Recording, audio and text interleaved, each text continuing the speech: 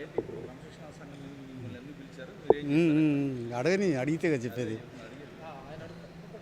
అడుగు క్రమశిక్షణా సంఘం ముందుకు ఈయన వినపడేట్టుగా అడుగు గట్టిగా. ఏడ వినపడుతుంది నాకేన పల్లె. అది రావసరం చెప్పు అడుగు. అదే క్రమశిక్షణా సంఘం ముందుకు మీరు ఎందుకు వచ్చారు? ఏం చెప్పారు? అసలు ఎందుకు పిలిపించారు?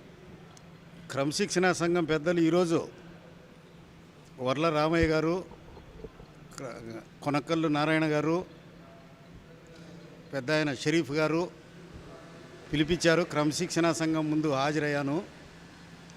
విజిల్ దాంట్లో నేను ఇచ్చిన ఇంటర్వ్యూలో తప్పుగా మాట్లాడినందుకు సంజయ్ షెడ్డి గారు, మాకు పార్టీకి లీడరు చంద్రబాబు నాయుడు గారు, మాకు తండ్రి వంటి వారు, పార్టీ పైన వారిపైన అనుచితంగా మాట్లాడినందుకు ప్రథమ తప్పుగా మన్నించమని కోరినాను.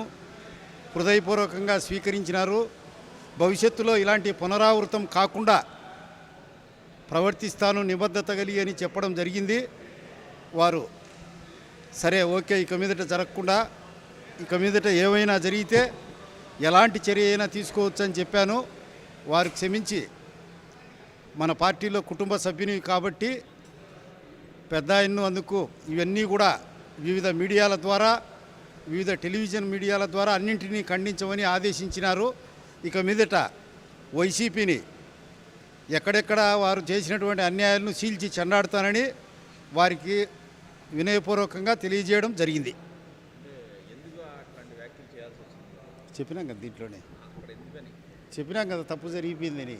ఇంకా చాలా అన్నారు.